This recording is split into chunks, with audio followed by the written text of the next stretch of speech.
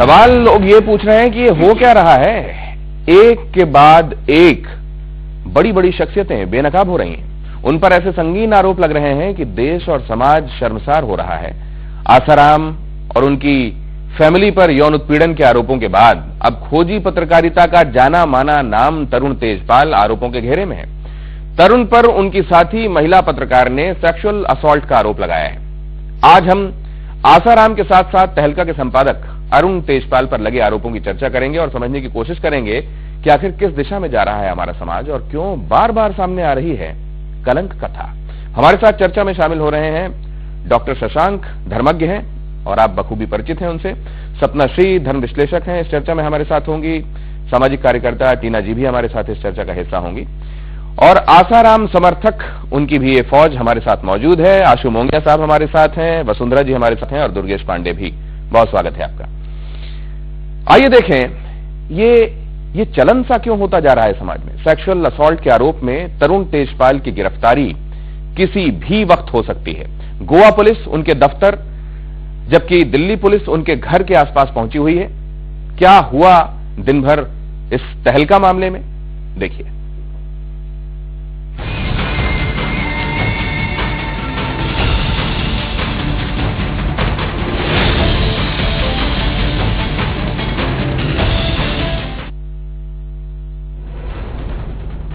तहलका के संपादक तरुण तेजपाल की मुसीबतें उस दिन शुरू हो गई जिस दिन उनके ही साथ काम करने वाली महिला पत्रकार ने यौन शोषण का आरोप लगाया।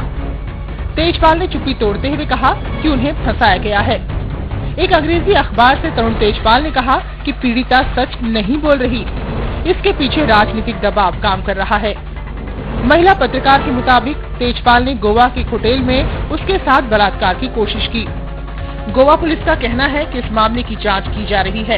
तहलका की तरफ से जांच में सहयोग न करने और पीड़िता का मेल गोवा पुलिस को न देने के बाद गोवा पुलिस की क्राइम ब्रांच तरुण तेजपाल के खिलाफ आईपीसी की धारा 354A यानी मोलेस्टेशन और 376 यानी बलात्कार के तहत मामला दर्ज कर चुकी है। गोवा के डीआईजी के मुताबिक लिफ्ट में सीसीटीवी नहीं था, लेकिन होटल में लगे कैमरों की सीसीटीवी फुटेज की जाँच की जा रही है। गोवा पुलिस की टीम ने अपना जांच का कार्य शुरू कर दिया है, इन्वेस्टिगेशन शुरू कर दिया है। अब इन्वेस्टिगेशन में जो भी आगे की कार्रवाई होगी उसके बारे में अभी बात करना उचित नहीं है। घेरे में तहलका की प्रबंध संपादक शोमा चौधरी भी हैं। गोवा पुलिस ने उन पर जांच में सहयोग न करने का आरोप लगाया है। आपको बता दें कि पीड़िता ने शोमा चौधरी को ईमेल के जरिए पूरे मामले की जानकारी दी थी। शोमा अब पुलिस को जांच में सहयोग की बात कर रही हैं। There is a difference between me going to the police and initiating a case that my colleague may not want voluntarily. Difference between the state initiating a case with which I will of course cooperate and I have been cooperating, and the information in the media is wrong. Right now I'm going to meet the police. महिला आयोग ने भी तरुण तेजपाल की जल्द गिरफ्तारी की मांग की है। ये पहली बार है जब मीडिया की एक जानी मानी शख्सियत पर इस तरह के गंभीर आरोप लगे हैं और इससे भी ज्यादा अफसोस की बात ये कि तरुण तेजपाल बदसलूकी की बात मान चुके हैं, फिर भी पूरे मामले को राजनीतिक साजिश बता रहे हैं। प्रीति पांडे के साथ ब्यूरो रिपोर्ट। आसाराम और उनके परिवार में पिछले कुछ महीनों से मुश्किलों के दौर जारी हैं। यौन उत्पीड़न के आरोप में आसाराम जोधपुर जेल में है। जोधपुर पुलिस केस की चार्जशीट दायर कर चुकी है। आसाराम की जमानत की कई कोशिशें नाकाम हो चुकी हैं और उधर उनके बेटे नारायण साईं पर 5 लाख का इनाम घोषित हो गया है, लेकिन नारायण पुलिस की पकड़ में नहीं आ पाए।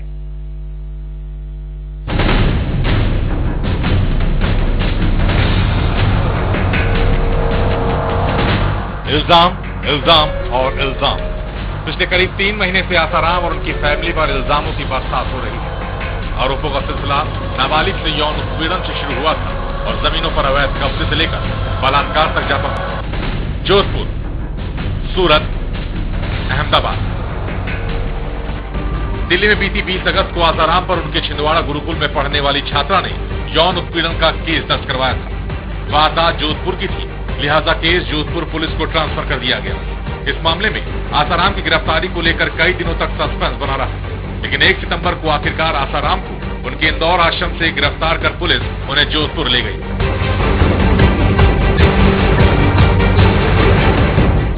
6 अक्टूबर को आसाराम के खिलाफ सूरत में बलात्कार का एक और केस दर्ज हो गया और इस बार सिर्फ आसाराम नहीं बल्कि उनके बेटे नारायण साईं को भी आरोपी बनाया गया। इस केस में पीड़ित 2 बहनें आसाराम के आश्रम की पूर्व साधिका हैं। इस मामले में आसाराम की पत्नी लक्ष्मी और उनकी बेटी भारती को भी सह आरोपी बताया गया है, जिन पर पीड़ित लड़कियों को आसाराम तक पहुंचाने का आरोप है। बलात्कार के सनसनीखेज मामले में आसाराम के कई दूसरे सहयोगियों को भी आरोपी बनाया गया है, जिनमें आश्रम की संचालिका ध्रुवबेन और आसाराम के सहयोगी ढेल और बंगलो भी शामिल है। आसाराम के अहमदाबाद गुरुकुल के 2 छात्रों की मौत का मामला भी उनका लगातार पीछा करता रहा है। करीब 5 साल पहले 10 और 11 साल के सगे भाई दीपेश और अभिषेक के शव गुरुकुल के करीब साबरमती नदी के किनारे मिले थे। नाबालिग से यौन उत्पीड़न के केस में जोधपुर पुलिस उनके खिलाफ चार्जशीट दायर कर चुकी है। आसाराम फिलहाल जोधपुर जेल में है और राजस्थान हाईकोर्ट ने यौन उत्पीड़न केस की सुनवाई 60 दिन के भीतर पूरी करने के निर्देश निचली अदालत को जारी किए हैं। भारती और लक्ष्मी अग्रिम जमानत पर है, लेकिन नारायण साईं का अब तक कोई सुराग नहीं है। अदालत नारायण को भगोड़ा घोषित कर चुकी है। नारायण साईं पर 5 लाख रुपए का इनाम भी घोषित हो चुका है। कानून के मुताबिक नारायण को 10 दिसंबर तक आत्मसमर्पण करना होगा और अगर ऐसा नहीं हुआ तो नारायण की संपत्ति की कुर्की शुरू कर दी जाएगी। समय के लिए ब्यूरो रिपोर्ट। कलंक कथा क्यों? हमारे साथ एक और मेहमान जुड़ गई हैं, कोमल भी इस चर्चा में। और सबसे पहले ये समझने की कोशिश करें कि क्या अब इन केसेस को पर्सपेक्टिव में रख के ये समझा जा सकता है कि ये जो कुछ भी हो रहा है इंडिविजुअल्स के साथ, ये हमारी सोसाइटी में अंदर जो चल रहा है उसका एक रिफ्लेक्शन है। और क्या यही रिफ्लेक्शन इन इंडिविजुअल्स में दिखाई दे रहा है? वो तरुण तेजपाल हो, वो आसाराम हो, या और भी कई नाम। आज एक ऑफिसर के बारे में पता चल रहा है कि उन पर भी इस तरह का एक मामला दर्ज किया गया, हालांकि उन्होंने ब्लैकमेलिंग का मामला दर्ज करा दिया है देहरादून में। लेकिन क्या ये बातें ये दिखाती हैं कि ये समाज में ही चल रहा है? लेकिन फिर वो लोग जो हाई मोरल पेडिस्टल पर कहीं खड़े होते हैं, क्या उनके लिए ये मामला अलग करके देखा जा सकता है? या क्योंकि कानून के तराजू में ही आखिरकार ये तौला जाता है कि कौन सही कौन गलत, इसलिए ये नहीं कहना चाहिए कि आप पे जिम्मेदारी ज्यादा आयद होती है। आइए इस चर्चा की शुरुआत करें। टीना जी, सबसे पहले आपका नजरिया इस पर। ऑफ कोर्स जो लोग सोसाइटी को लीड कर रहे हैं, जो लोग कहीं आइडल्स बन के बैठे हुए हैं, उसमें चाहे सरकारें आती हों, चाहे उसमें ऐसे लोग आते हैं जो हाई इंस्टीट्यूशंस में बैठे हैं। अभी एक सुप्रीम कोर्ट के जज के ऊपर, रिटायर्ड जज के ऊपर भी इल्जाम लगे हैं, तो उनकी जिम्मेदारी भी बहुत ज्यादा बनती है। मैं सोशल एक्टिविस्ट हूँ, मेरी जिम्मेदारी बहुत ज्यादा बनती है, मीडिया की जिम्मेदारी बहुत ज्यादा बनती है। तो कहीं ना कहीं आप आंसरेबल हैं, वो भी आपके ऊपर ज्यादा आएगा। तो ये तो पहली बात का जवाब है। और मुझे ऐसा लगता है कि नहीं, आप क्योंकि कानून के भी जानकार हैं, मैं इसलिए आपसे पूछ रहा हूं कि अगर वो काम ए ने किया तो कानून की निगाह में उसमें एक धाराएं लगती हैं और उसमें बाद में देखा जाता है कि उन्होंने ये काम किया है कि नहीं, और उसके लिए सजा निर्धारित होती है। बी ने किया तो भी वैसा ही होता है। ए और बी किस मोरल ग्राउंड पर कहां खड़े हुए हैं ये तो कानून की निगाह में देखा नहीं जाता। बिल्कुल। फिर क्या अब हमको भी अपनी सोच बदल लेनी चाहिए?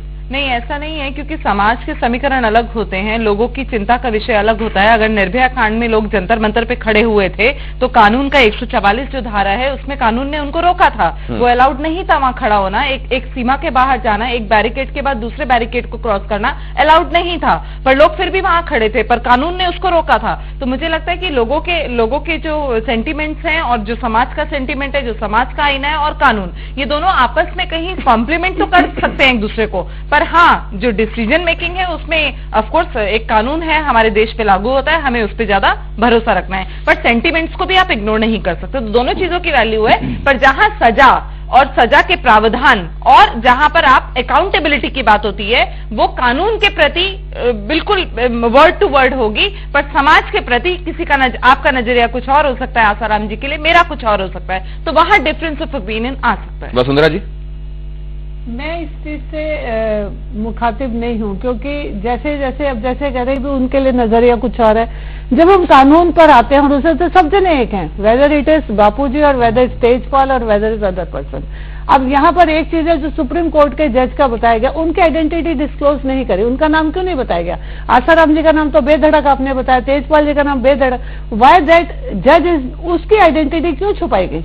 वो बताई जानी चाहिए थी। डेफिनेटली मैं तो इस पर डिबेट कर रही हूँ 2-3 दिन से। तो हमने ये कहा है कि एक तो पहली बात, इस देश में कभी प्रिलिमिनरी कमेटी किसी के लिए नहीं बनी है, वाइस फॉर सुप्रीम कोर्ट जज, पहली बात। दूसरी बात, 1997 में जो विशाखा कमेटी बनी थी वो सुप्रीम कोर्ट में पहले क्यों नहीं बनी? सेक्सुअल असॉल्ट के मामले सबसे ज्यादा हाई कोर्ट और लोअर कोर्ट्स में होते हैं, सुप्रीम कोर्ट में पहले जो आप संस्थान है, आप देश के लिए लॉ बना रहे हैं, आप उस कमेटी को अपने यहाँ गठित कीजिए। अपने यहाँ नहीं गठित हुई, 2013 में वो कमेटी उनके यहाँ गठित हुई और इस केस के लिए स्पेशल बेंच बिठाई गई। स्पेशल बेंच बिठाने के बाद आप उसमें एक महिला है और 2 लोग हैं। पर मेरा सिर्फ इतना कहना है कि प्रिलिमिनरी कमेटी जो है वो फिर सब केसेस में होनी चाहिए। आप पहले जैसे ज्वाइंट सेक्रेटरी एक उत्तराखंड के हैं, उन पे आरोप लगे हैं, आसाराम जी पे आरोप है, तो मतलब to due respect to all the people I would say कि फिर प्रिलिमिनरी कमेटी सबके लिए होनी चाहिए या फिर किसी के लिए भी नहीं होनी चाहिए। तो इस बारे में आपके साथ वो नजरिया शेयर करते हैं टीना जी, लेकिन अब सवाल ये है कि क्या वो लोग जो डूज एंड डोंट्स प्रीच करते हैं, लोगों को ये बताते हैं कि सच्चाई कहां है, क्या करना चाहिए, क्या गलत है, इससे दूर रहना चाहिए, क्या उनके ऊपर एक जिम्मेदारी अनकहे तरीके से ज्यादा आयद होती है आशु मोंगिया साहब, और उनको क्या और ज्यादा फूंक कर ये कदम रखने चाहिए? मैं बिल्कुल आपकी बात से सहमत हूं, लेकिन एक चीज है इसमें कि जैसे मैं पर्टिकुलरली बापू जी के ऊपर की ही बात करता हूं। बापू जी ने आज तक किसी को भी गलत रास्ता नहीं दिखाया। बापू जी बिल्कुल सही रास्ते पे चले। बापू जी ने अभी तक जो हमारे धर्म की रक्षा की है हर तरफ हर जगह। बापू जी को कैसे फंसाया गया, अगर आप बीच में ना रोके तो मैं ये दिखा देता हूं। एक गुजरात का दैनिक संदेश अखबार है, दैनिक संदेश अखबार के ब्यूरो चीफ, गोधरा में जो ब्यूरो चीफ है, उन्होंने डीआई अपना director general of police Gujarat और इनको chief justice of Gujarat high court को एक कंप्लेंट दी है कि मेरी अखबार के जो मालिक है फाल्गुन भाई पटेल, वो कौन सा हिस्सा है जिससे सब्सटेंशिएट होता है वो देंगे आप? फाल्गुन भाई पटेल और जो उनके बेटे पार्थिव भाई पटेल, इन लोगों ने बापू को फंसाया है। इन्होंने पहले सुखाराम जो तांत्रिक है उसके केस के अंदर में फंसाने की करी थी। बाद में ये मुझे बोला गया कि तू लड़कियों का इंतजाम कर, जो बलात्कार का केस बनाए बापू पे, जो छेड़ाखानी का केस बनाए बापू के ऊपर में, आसाराम के ऊपर में, उन्हें फंसाए। जितना पैसा लगेगा उन लड़कियों को मैं दूंगा और तुझे भी दूंगा पैसा। अभी उन लोगों का आपस में डिस्प्यूट हुआ किसी कारण से, जो डिस्प्यूट हुआ है उस वजह से वो आदमी ने पुलिस कंप्लेंट की है, chief justice of Gujarat high court को लिख के लेटर दिया है, सीआईडी आईजी को लेटर लिख के दिया है, पुलिस इंस्पेक्टर गोधरा को दिया है। इन्हीं दोनों जो मालिक हैं संदेश अखबार के, इनको अरेस्ट करने के लिए कि एफआईआर दर्ज करके अरेस्ट किया जाए। ये आरटीआई से मैंने पेपर लिया, इसके लिए मैं इसको गुजराती का सेट दे देता हूँ, उसको हमने ट्रांसलेट कराया हिंदी और इंग्लिश में। ये पेपर्स में आपको नहीं, ये तो ठीक है। ये अगर ये क्राइम चैलेंज गुजरात का अखबार है जिसमें ये मैटर भी आ गया, एक सेकंड, जिसमें ये मैटर भी आ गया, उसका जो ब्यूरो चीफ है उनका मैटर भी आ गया पूरा कि ये चीज हुई है और ऐसा हुआ है, और उसके अंदर में एफआईआर दर्ज करने का आ गया है। जितने आरटीआई में पेपर्स मेरे पास आ गए, बाकी जो एफआईआर की कॉपी वगैरह वो मैं अप्लाई करके एफआईआर की कॉपी ले रहा हूँ कि एफआईआर की कॉपी और उनके बारे में आगे क्या हुआ है वो चाहिए। इससे वो निर्दोष तो इससे नहीं निर्दोष साबित नहीं ये तो ट्रायल कोर्ट में जाएगी ना, अभी तो ट्रायल अभी ऐसी कंप्लेंट्स आने पे मुझे लगता है कि अगर दूसरी तरफ से भी लड़कियां उठ रही हैं और कह रहे हैं बलात्कार हो रहे हैं, तो ये सिमिलर ये जो गुजरात का ही अखबार है ना, दैनिक जो ये है दैनिक संदेश गुजरात का ही अखबार है, ऐसे बहुत सारे अखबार निकलते हैं। ने करा है। दिनेश जी मैं आपसे एक चीज पूछता हूँ, आज तरुण तेजपाल जी के ऊपर में भी केस है, चलिए तहलका वाले, वो भी एक रिस्पॉन्सिबल पर्सन है। ऐसे ही एक ब्यूरो चीफ भी एक रिस्पॉन्सिबल पर्सन होता है एक न्यूज़पेपर का, और वो जब एक ब्यूरो चीफ ये लिख के दे रहा है और पुलिस कंप्लेंट दे रहा है, खुद अपीयर हुआ है और कोर्ट के अंदर में जा रहा है ये केस के लिए, उसने एक केस भी चल रहा है इनके ऊपर, मालिकों के ऊपर धोखाधड़ी का केस भी डाला है, उसकी डिटेल भी उसने दी है पूरी। तो कहीं ना कहीं कुछ ना कुछ तो सच है ही है ना? नहीं, कहीं ना कहीं जैसे इसमें कुछ सच है वैसे वो लोग कह रहे हैं कहीं ना कहीं उन कंप्लेंट्स में भी सच है। चलिए, शबनम खान भी हमारे साथ मानवाधिकार कार्यकर्ता, एक छोटे से ब्रेक के बाद जुड़ेंगे और ब्रेक के बाद इस चर्चा को आगे बढ़ाते हैं।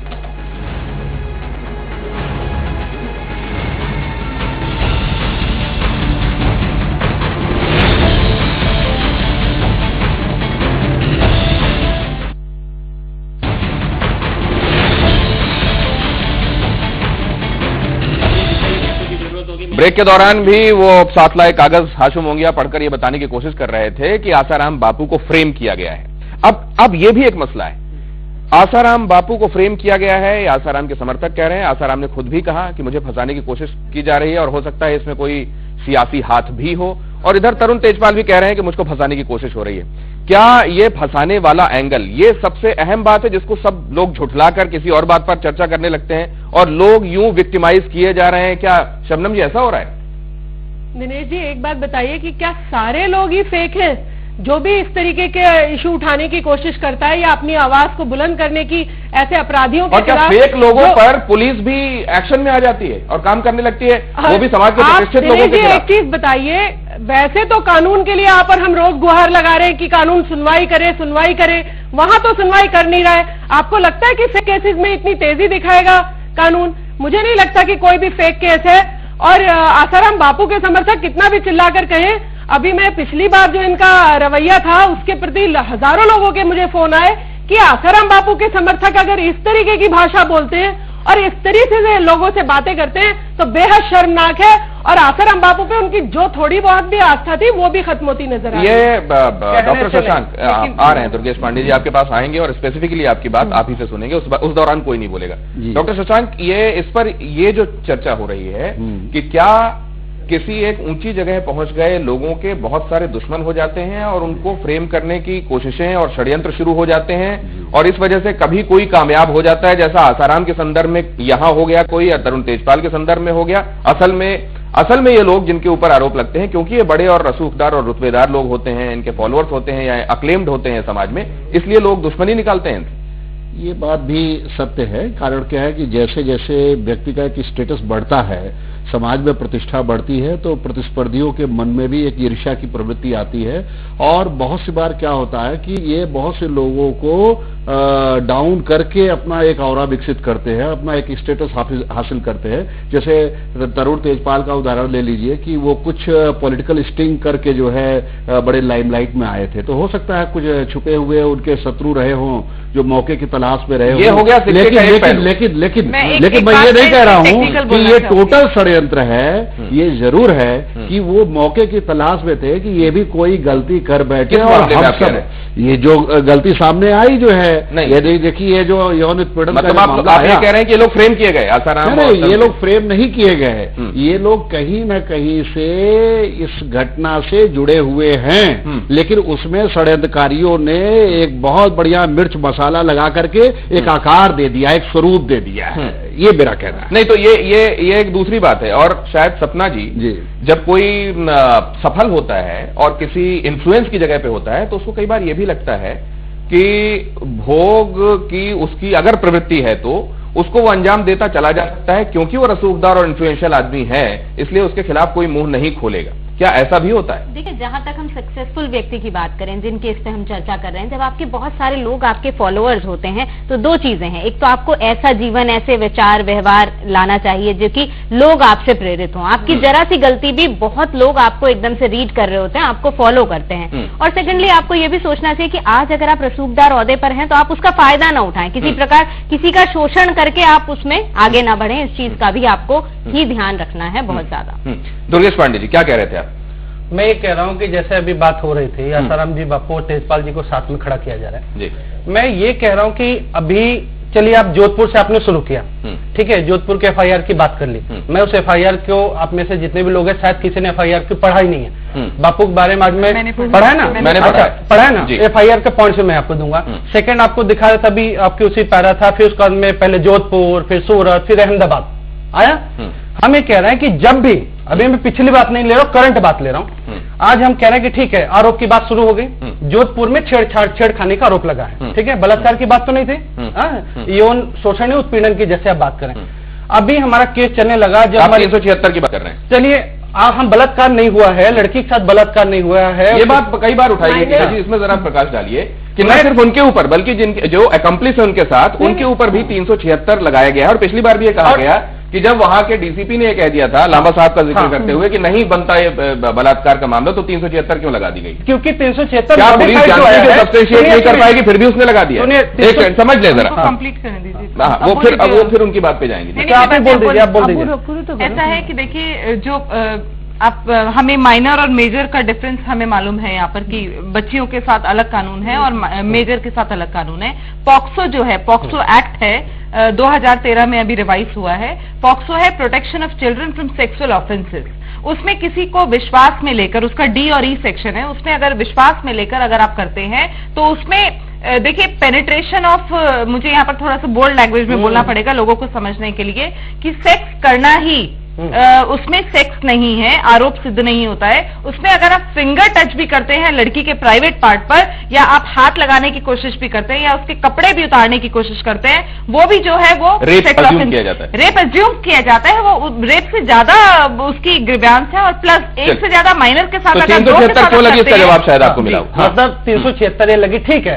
हम ये कह रहे हैं कि आप ये जो बहन ने बताया बहुत अच्छा कहा कि अगर फिंगर टच हुआ, अब ये बात ये आ रही है कि जहां पे बात हुई है एफआईआर में, एक चीज ये भी रही है कि लड़की के बिहार पे जो लिखा है, बापूजी ने मुझे कमरे में बुलाया, मेरी माँ कमरे के बाहर बैठी हुई थी, बापूजी ने दरवाजा बंद करके मेरे कपड़े उतारना चाहे, जो अभी बहन बता रही थी, तो मैं चिल्लाने लगी तो मेरा मुंह बंद कर दिया, 1.5 घंटे तक मेरे शरीर पर हाथ घुमाते रहे, और फिर मुझसे कहा मेरी माँ बाप को किसी को बताना नहीं। अब मैं एक बात पूछना चाहता हूँ, पहली बात हमें कि 17 साल की जवान बेटी माँ बाप के साथ गई है और वो कमरे में अंदर गई, माँ बाहर बैठी, 1.5 घंटा तक घड़ी में टाइम देख रहे हैं, किसी ने नॉक भी करके जाना नहीं चाहा क्या हो रहा है। बापूजी आप जानते हैं उनके सामने लोग मुंह खोलने के लिए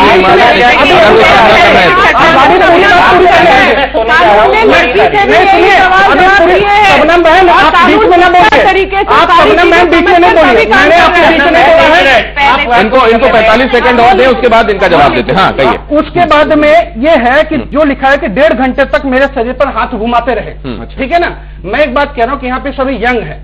एक कॉमन जंतर मंतर पे एक माता जी ने मेरे से पूछा, वो चक्की चलाती थी, बोले कि 1.5 घंटा नहीं, किसी को एक हाथ किसी लोहे के खंभे को पकड़वा दो, 1.25 घंटा क्यों ऐसे ऐसे घुमाए, उसको 1 हफ्ता बांह का दर्द ठीक करने में लगेगा। अच्छा। ये छेड़छाड़ है कि सजा हो गई। चलिए पहली बात तो ये है, पहली बहन बात पूरी करने दीजिए। चलिए इनके पास 15 सेकंड और। हाँ 15 सेकंड। अब ये कह रहा हूँ कि जो आरोप लगा दिए गए, यहाँ की तो बात हो गई, चलो यहाँ पे अच्छा, तो ये क्यों किया गया कि वो जोधपुर पहुंचे नहीं थे, आश्रम में थे या नहीं, वहाँ आश्रम में या उस कमरे में थे या नहीं, ये पहले बातें क्यों आई? आज मैं कह रहा हूँ कि जोधपुर की बात हो गई, बेल के लिए एप्लीकेशन लगती है, सूरत की 2 बहन। आपकी बात इस तरह में खत्म नहीं, आपके पास बहुत बड़ा है, अभी इस बात को खत्म कर लीजिए, अभी जोधपुर में रहिए। जो मणई जो कुटिया है वो अलग है, आश्रम में नहीं थे। आश्रम की बात जो बोली कि आश्रम में नहीं थे, बापू ने भी बोला कि मैं जोधपुर आश्रम में नहीं था, बिल्कुल सही बात है। जोधपुर आश्रम में नहीं, जोधपुर आश्रम में पुलिस ने जो चार्जेस फ्रेम किए हैं वो अपने आप में लचर हैं। आप ये सोचिए कि आप अगर ये एक सामान्य साधक होने की हैसियत से ये सब जानते हैं, तो वकील उनकी बैटरी जो लगी हुई है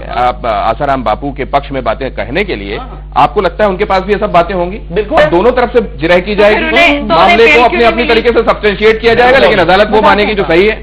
इसी नोट पर एक छोटा सा ब्रेक लेते हैं, हाजिर होंगे।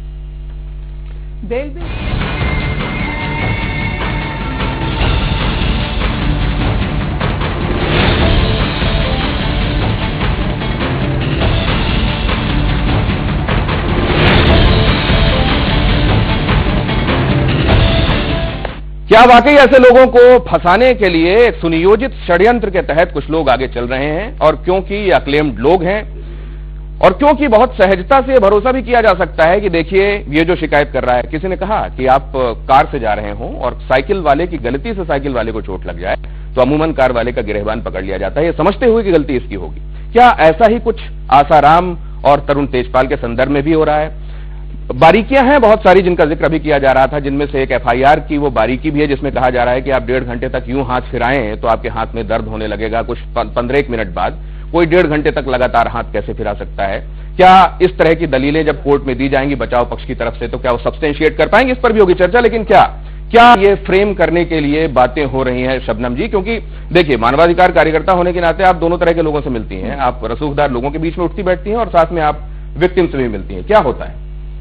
देखिए, माना कि कई सारे बड़े लोगों को फंसाया भी जाता रहा है, लेकिन मुझे एक चीज बताइए कि इतना सब जो सामने आ गया है और ये बिल्कुल मानने को तैयार नहीं है किसी भी चीज को। 1.5 घंटा आसाराम बापू हाथ लगाते रहे पीठ पर तो उनका हाथ दुखने लगेगा या लड़की की पीठ दुखने लगेगी, ये क्या लॉजिक दे रहे हैं? और कितना खराब तरीके से नहीं है। आप बीच में आप हमेशा बहुत ही ज्यादा बदतमीजी करने लग जाते हैं। बदतमीजी की बात तो नेशनल टीवी पर झूठ बोला था, उसके खिलाफ भी कंप्लेंट कर दी गई है, उनके खिलाफ भी ये बात आप कंप्लेंट ही करते रहिए, आपको बहन बोल के बात करता हूँ। पहले मुझे एक चीज बताइए, हम बहन कैसे बात बात करते हैं, हम भी बड़े भाई ही बोलते हैं, हम भी बड़े भाई ही कहते हैं, हम भी बड़े भाई की तरह ही बात करते हैं। आपको सुनने का भी जज्बा रखना चाहिए। अगर आप आसाराम बापू के समर्थक हैं तो हमारे ऊपर कोई आप हावी नहीं हो सकते कि हम तो आसाराम बापू के समर्थक हैं, जो मर्जी कहेंगे आपको सुनना ही पड़ेगा। आप यहाँ बात करने आए हैं, बात करिए बात की तरीके से, ये नहीं कि आपके मुंह में जो आएगा आप किसी को कहते जाएंगे और जो झूठ होगा आप कहते जाएंगे। दूसरी बात, आसाराम बापू के आप साफ सुथरे, आसाराम बापू के एक FIR हमारे लोगों को आशु मोंगिया, हो सकता है कि बहुत सारी बातें आपके हिसाब से पुलिस ने इसमें ऐसी लिखी हुई है, एक सेकंड शबनम जी, जिनको अदालत में वो खड़ा नहीं कर पाएगी, सब्सटेंशिएट नहीं कर पाएगी, बिल्कुल, तो पुलिस का वो लचर जो धारा है उसकी तरफ से लगाई गई है, जो बातें उसकी तरफ से कही जा रही हैं, आपकी तरफ से नामी वकील लगे हुए हैं, वो तो 2 मिनट में उसकी धज्जियां उड़ने वाली हैं। तो इन बातों को लेकर आप बहुत ज्यादा परवाह मत कीजिए। लेकिन मैं ये समझने की कोशिश कर रहा हूं कोमल, कि क्या हमारे समाज में रवायत हो गई है कि हम रसूखदार लोगों को, फ्रेम करने वाले लोगों को इग्नोर करते हुए केवल रसूखदार लोगों में ही दोष खोजने की कोशिश करने लगते हैं, या रसूखदार लोग कई बार अपनी हैसियत का फायदा उठाते हैं? देखिए, अभी जो सामने आया तहलका.com का, उन पर लगाया गया आरोप, तो मैं ये कहना चाहूंगी कि उन्होंने पीछे कुछ खड़े हुए षड्यंत्रों का वो भी किया था, पर्दाफाश किया था, तो बहुत तहलका.com उन्होंने चलाया, तो कुछ ना कुछ ऐसी उन्होंने जब काम किया तो कोई ना कोई षड्यंत्रकारी भी उनके पीछे पड़ सकते हैं, किसी को उनके काम से, खुलासे से, जो लोग जेल में गए उनको प्रॉब्लम्स हो सकती है, तो कुछ ना कुछ षड्यंत्र करा जा सकता है और होता भी है। लेकिन एक लड़की की इज्जत का भी बहुत संगीन मामला होता है, तो मैं बोलती हूँ कि जांच कमेटियां बिठानी चाहिए कि जो उन लड़कियों का भी अच्छी तरह क्रॉस एग्जामिनेशन करे कि इतनी सस्ती नहीं होनी चाहिए किसी की इज्जत कि कभी भी उठाओ और आरोप लगा दिए जाए। इसकी एक जांच कमेटी को बहुत अच्छी तरह से काम करना चाहिए। बापू पे लगाया, अब उन पे लगाया, तो कुछ ना कुछ कहीं ना कहीं हमारे लॉ में, कहीं ना कहीं हमारे कोई ना कोई प्रणाली में, कहीं ना कहीं इन्वेस्टिगेशन में कमी है, सिस्टम में कुछ ना कुछ कमी है। क्योंकि देखिए कहीं ना कहीं आरोप नहीं लगते हैं, कमी नहीं है, अगर आरोप गलत साबित होते हैं तो लड़की को सजा भी हो सकती है, उसको मालूम होना चाहिए।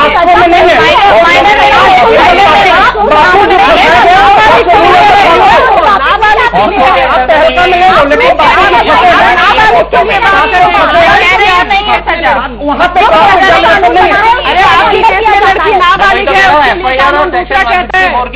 बात और कही जा रही है। अब अगर आप बोल रहे हैं और अगर आप नहीं सुनेंगे, उन्होंने ये कहा कि कई बार आकर लड़की की इज्जत ऐसे नहीं होना चाहिए। उन्होंने ये भी कहा कि कई बार आकर उठकर इल्जाम लगा दिए जाते हैं। क्या ये भी एक पहलू हो सकता है? उन्होंने कहा कि लड़की की इज्जत बहुत संवेदनशील मसला है, लेकिन कई बार उठकर इल्जाम भी लगा दिए जाते हैं। क्या ऐसा होता है कि इसको लेकर समाज का नजरिया यही है कि कोई सामने आकर अपने बारे में ये नहीं कहेगा और अपने परिवार को, जिसमें हमारे समाज में अमूमन वो विक्टिम का परिवार बदनाम हो जाता है, ऐसा जोखिम कोई नहीं लेगा?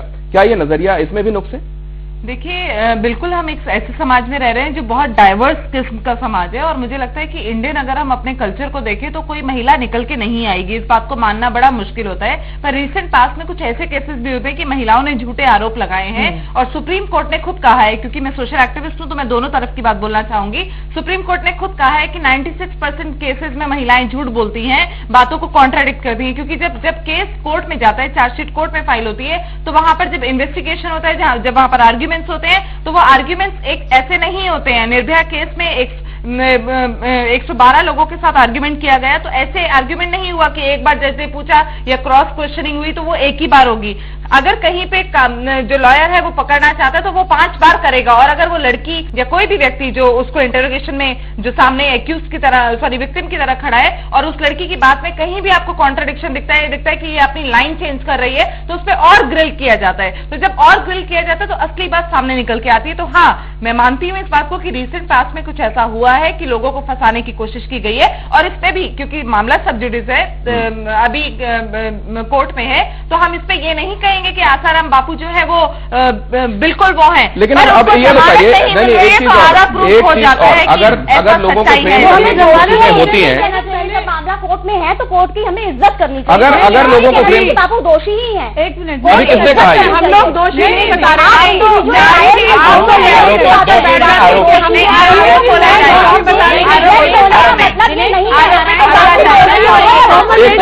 एक एक करके बोलिए। उसके नाम से नहीं बुलाया टीना जी, आपसे बोला एक सेकंड, क्या कह रही है?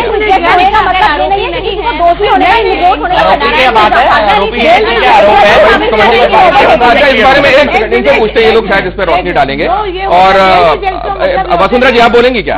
नारायण साईं क्यों भाग रहे हैं? वो क्यों? एक बात कर दूं, क्योंकि बहुत कंफ्यूजन रहता है। मैंने भी वकीलों वगैरह से चर्चा करी जब है, तो ये पता लगा कि पहले जब वो क्रॉस जो शीट फाइल हो जाती है उसके बाद बेल अप्लाई कर, चार्जशीट के बाद। लेकिन क्या हो, जैसे मैंने पहले बोला, बापूजी कोई भी जैसे वैभवशाली व्यक्ति होता है उसके आसपास जो लोग सलाह देने वाले होते हैं, और इतना बहुत प्रेशर होता है, नहीं जी बेल लगाइए, बेल लगाइए, बेल लगाइए। पूरा हिंदुस्तान का कानून आपके पीछे, नहीं भी आप आसपास के कानून से बचाव नहीं करेंगे।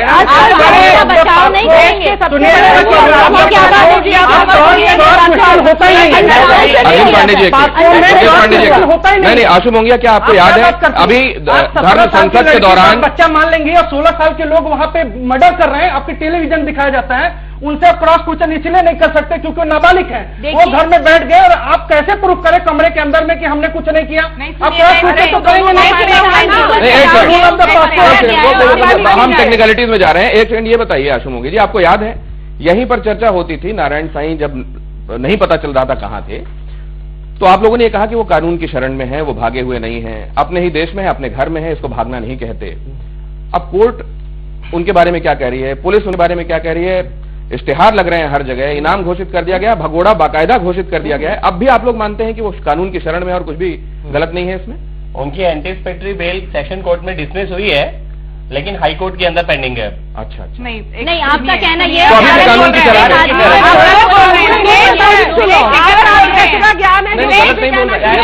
आपको ये कोई ये बताने के लिए आपको कहना पड़ेगा कि ये क्या कह रहे हैं? मुझे बताने दीजिए। देखिए, कोर्ट में आपकी जो बेल है वो पेंडिंग है, इसका मतलब है कि कोर्ट आपको रिलीफ नहीं दे रही है। कोर्ट कह रही है कि पुलिस के पास जाइए।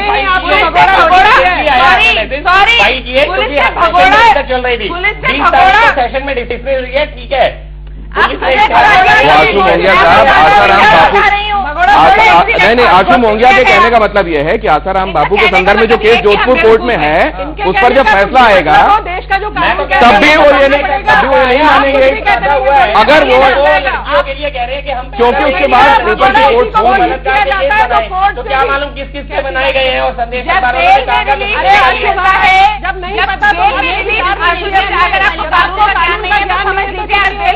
नहीं मिलता है तो एक बोलिए आपने।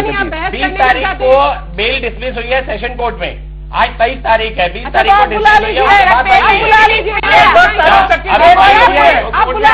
तो आप क्या आप अपने समर्थकों को ये संदेश देना चाहते हैं कि अगर कभी इस तरह का कोई आरोप आप पर लगे, पुलिस आपको ढूंढ रही हो, तो आप एक एंटीसिपेटरी डालिए और भागते फिरिए?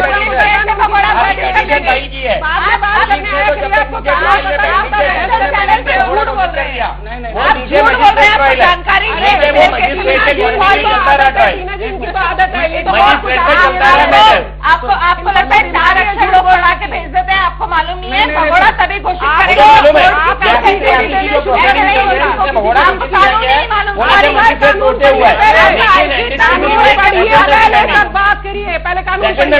नहीं, वो कह रहे हैं उनको कानून का ज्ञान है। शब्दम जी, उनका कानून का ज्ञान सुनिए तो एक सेकंड। हाँ, बताइए। रिलीफ नहीं मिला था, सेशन कोर्ट में पेंडिंग थी। मैं कह रही हूँ हाई कोर्ट में भी रिलीफ नहीं मिला। सॉरी, अब तक अभी तो भाई लोग के पास हेयरिंग भी नहीं आई।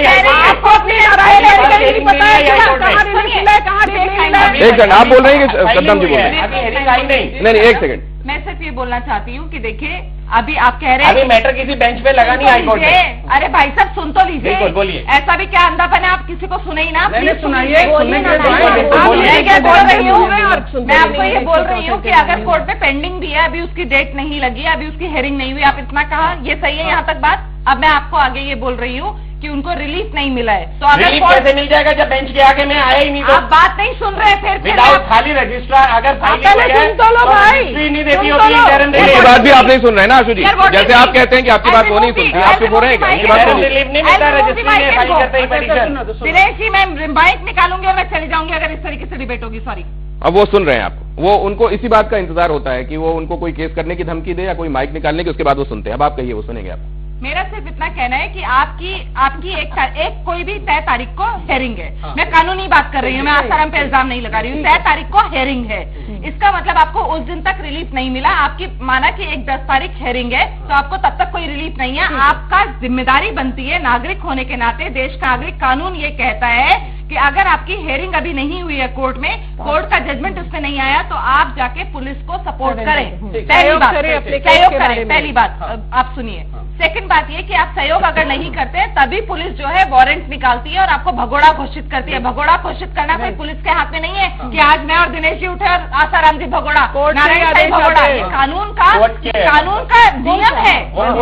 भगोड़ा इसलिए घोषित, और भगोड़ा घोषित होना कोई छोटी बात नहीं है। आप ये समझ लीजिए कि देश का कोई भी व्यक्ति, एक छोटे से छोटा व्यक्ति। अब एक बात ईमानदारी से पूछ लें कि कई जगहों पे नहीं, अब वो समझ गए। और एक बात बताएं आपको मीना जी, ईमानदारी से उनकी आत्मा भी जानती है कि वो क्या कह रहे हैं। अब ये बताइए आशु मोंगिया जी कि बहुत सारी जगहों पर आप ऐसी बातों को भी डिफेंड कर रहे हैं क्या जिसमें आपकी आत्मा आपके साथ नहीं होती? अब सवाल उनसे बोला आपने। आपको मालूम है यहाँ पे 5 3rd या 4th में हुई थी बात कि आदमी में ईश्वर है, हर आदमी के दिल में ईश्वर है। ये अशोक जी ने बोला था। आप संसार तो नहीं काट रहे हैं अपना ये सब कह के? संसार काटने वाले मैंने बोला था मेरे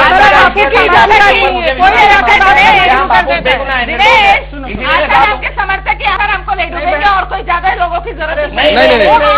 वो अब एक डॉक्टर आएंगे डॉक्टर शशांक, ठीक है टीना जी एक सेकंड, बापू बहुत देर से चुप बैठे हैं, इनकी तरफ भी सोचिए, है ना। डॉक्टर शशांक ये बताइए इस पूरे दौरान नारायण साईं की जो बेल रिजेक्ट हुई उसमें एक टेलीविजन, आप ही बोलिए एक सेकंड, सब कोई शांत रहिए। आप जब इजाजत देंगे तब बाकियों से बात हो जाएगी। आप बताइएगा आज चर्चा को आगे कब बढ़ाना है। मान्यवर जब इनसे बात हो रही है तो 2 मिनट का इंतजार कीजिए, आपके पास आते हैं। जी डॉक्टर शशांक, ये आसाराम के संदर्भ में क्या अब एक लाइन में ये बात तय हो जाना चाहिए कि एक जब ये अदालत अपना फैसला सुना दे उसके बाद ये चर्चा की जाए कि क्या हुआ क्या नहीं, या उसके बाद भी क्योंकि ऊपरी अदालत का ऑप्शन है इसलिए तब भी इंतजार किया जाए, उसके बाद भी एक सर्वोच्च अदालत का ऑप्शन है तब भी नहीं, एक सेकंड, करना क्या चाहिए क्योंकि इसमें धर्म से जुड़ी हुई बातें भी हैं, गुरु से जुड़े हुए लोग भी हैं, धर्म और गुरु के हिसाब से शिष्य का संबंध उसको इसकी व्याख्या करने वाले लोग भी हैं, तो इसमें जरा रोशनी डालें कि क्या करें वो लोग। देखिए 2-3 बातें मैं कहना चाहता हूं यहाँ पर कि आसाराम बापू एक धार्मिक क्षेत्र से जुड़े हुए व्यक्ति हैं और यहाँ पर जो कानूनी चर्चा चल रही है, कानूनी चर्चा के लिए तो न्यायालय ही है, इसके लिए कोई डॉक्यूमेंट पेपर दिखाने की जरूरत नहीं है। आप लोग आसाराम बापू के शिष्य हैं तो आप लोगों को उन्होंने क्या ज्ञान दिया, क्या उपदेश दिया, क्या विलक्षणता आपने जीवन में हासिल की, क्योंकि कहा जाता है प्रत्यक्षम किम प्रमाणम, प्रत्यक्ष के लिए प्रमाण की जरूरत नहीं। अगर आप लोग ज्ञान संपन्न व्यक्ति, दीक्षित व्यक्ति हैं तो हम लोग तो प्रेरित होकर के आपके शरण में आ जाए। दूसरी एक महत्वपूर्ण बात है कि जो बापू है, बापू के ऊपर ये विभिन्न प्रकार के जो आरोप लगे हैं, चाहे षड्यंत्रगत लगे हों, चाहे ये सचमुच लगे हों, लेकिन ये आरोप शर्मसार कर दे। दूसरी एक चीज, यहाँ पर जो उनके सुपुत्र नारायण साईं लगातार भाग रहे हैं, जो हमारे अनुभव के हिसाब से हम जान रहे हैं, क्योंकि हमने भी कानून का अध्ययन किया, हमने भी लॉ की डिग्री हासिल की है, डॉक्टरेट की भी डिग्री हासिल की है, वो भगोड़े के रूप में ही माने जाएंगे, भगोड़े के रूप में ही समाज में स्वीकार किए जाएंगे। और ये धर्म से जुड़े हुए व्यक्ति के लिए बड़ी अपमानजनक बात है। भाई उनके साथ हूं, अगर वो ईमानदार है मैं उनके साथ हूं, उनको समाज में आकर के आत्मसमर्पण कर। एक बात और, टीना जी ने शुरुआत में ये कहा था कि देखिए दोनों के ही लिए एक कानून का पैरामीटर है और दूसरा एक सामाजिक पहलू भी है उसका। अब समाज का एक तबका अगर ऐसा है जिनको आप आसाराम के समर्थक कहते हैं और वो किसी भी सूरत में, आप कानूनन कह लें, कोई लड़की सामने आकर ये कहे कि उसके साथ ज्यादती हुई है या कोई और, अगर वो किसी भी सूरत में ये मानने को तैयार नहीं है कि आसाराम बापू या उनके बेटे या उनका परिवार ऐसा कर सकता है, तो समाज को उस तबके को उसके नजरिया के साथ रहने देना चाहिए। नहीं, आप अपने नजरिया के हिसाब से रहे, लेकिन परमात्मा का न्याय भी सर्वोपरि है। नहीं, लेकिन क्या ये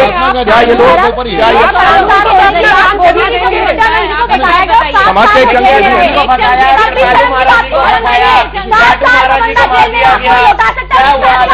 जी को मार दिया है, 2 घंटे में माफीनामा प्रसारित किया जाए। की बात करी मैं 7 साल में वो आप बताइए, आप देखिए, धर्म के लिए वो भी शर्म की बात थी जब जयानंद आप हमारी बात को समझिए। धर्म के लिए जय शर्म की बात नहीं है, आरोप लगाए और साबित हुए बता रही अपना बोलना शुरू कर दिया। आप देखिए जेल में रहने के बाद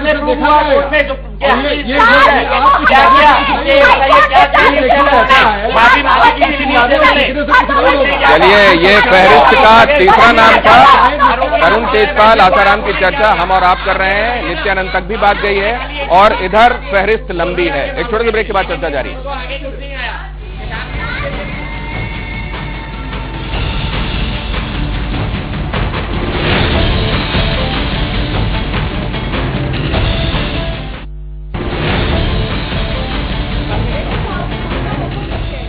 आप देख रहे हैं कलंक कथा और अभी ताजा दो मामले। एक आसाराम बापू, आध्यात्मिक गुरु, उनके मुताबिक करोड़ों उनके फॉलोअर्स और उनके ऊपर लगे चार्जेस।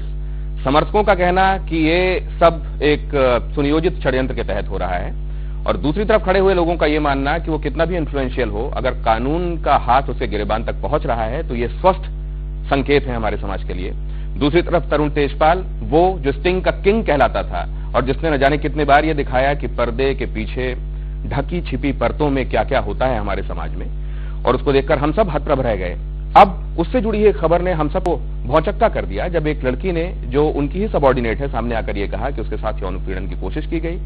वो उनकी बेटी की सहेली है, तो उसकी उम्र का अंदाजा आप लगा सकते हैं। तरुण तेजपाल की बेटी की सहेली मतलब उनकी बेटी जैसी और सबऑर्डिनेट भी। और वैसे में तरुण तेजपाल का ऐसा कर गुजरना, पहले माफी मांगना और उसके बाद एक क्रमिक बदलाव आना चीजों में, जिसमें उनका हमलावर होते जाना और ये कहना कि देखिए यहां सियासत से जुड़े हुए लोग अब इस पूरे मामले में आ गए हैं और वो फंसाने की कोशिश कर रहे हैं। क्या ये बहुत आसान होता है तब जबकि आप इन्फ्लुएंशियल हो और कभी पकड़े जाएं ये कह देना कि मुझे फंसाने की कोशिश हो रही है, क्योंकि इसमें बहुत सारी बातों के साथ आप किसी एक दिमाग को छोड़ देते हैं। अब वो दोनों ही तरफ सोचता रहता है। क्या आप इसको भी, सिक्के का ये पहलू भी कोमल स्वीकारने के लिए तैयार हैं क्या? आप में उस एग्रेशन का हम स्वागत करते हैं और ये किसी का समर्थक होने की हैसियत से काबिले तारीफ है कि आप इतने जज्बे के साथ आज भी खड़ी हुई हैं, लेकिन ये दूसरा वाला पहलू भी आप मानती हैं क्या ऐसा भी हो सकता है? देखिए, जब कोई इन्फ्लुएंशियल होगा तो उस पर अगर थोड़ी सी भी आंच गिराई जाएगी तो वो एकदम आग बबूला होकर काम करेगा।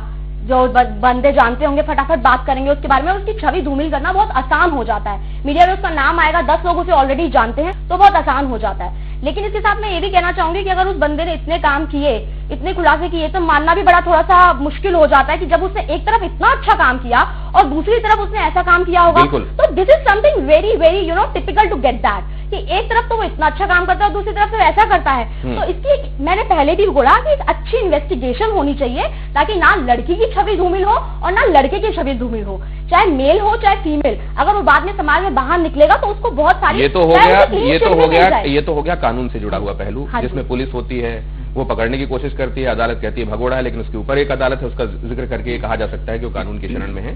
एक अदालत का फैसला है, ये कहा जा सकता है कि अभी तो उससे ऊपर की अदालत बाकी है। तो ये एक बहस का दूसरा डायमेंशन है। लेकिन जो बहस का दूसरा एक और अलग मुख्तलिफ डायमेंशन है वो ये है कि तब तक इस समाज से जुड़े हुए लोग क्या करें, उसके बारे में एक धारणा थी। तरुण तेजपाल के संदर्भ में एक धारणा थी, आसाराम बापू के संदर्भ में भी एक धारणा थी। अब अपनी उस धारणा को लेकर फिलहाल वो क्या करें? उस धारणा में क्या अपने आपको यह समझाएं कि हर एक आदमी के दो पहलू होते हैं, एक अच्छा होता है एक बुरा, अच्छे वाले के साथ चलो, बुरे वाले में जो होगा वो देखा जाएगा? या ये समझाना चाहिए कि हमने भक्ति में और आस्था में जो एक तरफा बात मान ली थी कि इस अच्छे आदमी में कहीं किसी और बात की गुंजाइश नहीं है, उसको भी अकोमोडेट करने के लिए खुद को तैयार करना चाहिए? देखिए, अभी जो है समाज क्या करे या समाज क्या नहीं करे, मैं उसके लिए बोलना चाहूंगी कि कहीं ना कहीं सबको पता है कि आसाराम बापू ने कितने राहत कार्य करे हैं, कितना सब कुछ समाज को बनाया है। तो हमें ये देखना चाहिए कि अगर हम न्यायपालिका पर विश्वास करते हैं, अगर हमने कोर्ट में केस लगाया हुआ है और 60 दिन का फास्ट ट्रैक केस चल भी रहा है, तो कम से कम हमें उतने दिन का तो पेशेंस धारण करना चाहिए। हम न्यायपालिका में भरोसा करते हैं, बिल्कुल नारायण साईं भी करते हैं, हमें न्यायपालिका में भरोसा है और पूरा क्या शबनम जी एक कानून पर और न्यायपालिका पर भरोसा करने वाले आदमी का ये चरित्र है जो नारायण साईं का है? मुझे लगता है दिनेश जी, अगर उनका मतलब इनका भरोसा मैं सोच सकती हूँ कि हो सकता है, लेकिन नारायण साईं का भरोसा तो कानून में रत्ती भर भी नहीं है। आप देखिए वो किस तरीके से भागे दौड़े जा रहे हैं कानून से बच के, जबकि अगर वो इस तरीके के बड़े भगवान रूपी उनका कोई स्वरूप था तो उन्हें आगे आकर कानून की मदद करनी चाहिए थी, उन्हें बताना चाहिए था ये सब चीजें जो हो रही हैं ये हमारे ऊपर कुछ साजिश या, और ये तो आपकी प्रीचिंग्स में भी है। आप जिन किताबों का हवाला देते हैं ऋषि प्रसाद, और इसमें सांच को आंच नहीं, कर नहीं तो डर नहीं, अब उसमें नारायण साईं को ये प्रीचिंग याद नहीं है क्या? नहीं, बात देखिए, अभी जैसे डॉक्टर साहब कह रहे थे कि धर्म सभा है, पहली बात में मैं कहूंगा कि जो कह रहा सिक्के के दो पहलू होते हैं। एक पहलू जो इस धर्म को, इस देश के लिए सब कुछ न्यौछावर कर रहा है, उस पहलू को धूमिल करने का प्रयास किया जाता है। उसका मैं सबूत दे देता हूं। पिछले वर्ष से पिछले 2 साल हो गया 25 लाख से ज्यादा 25 पहली बार पूरे वर्ल्ड में हुआ है वैलेंटाइन डे की जगह पे माता पिता पूजन कार्यक्रम चलाया गया। उठाने के बाद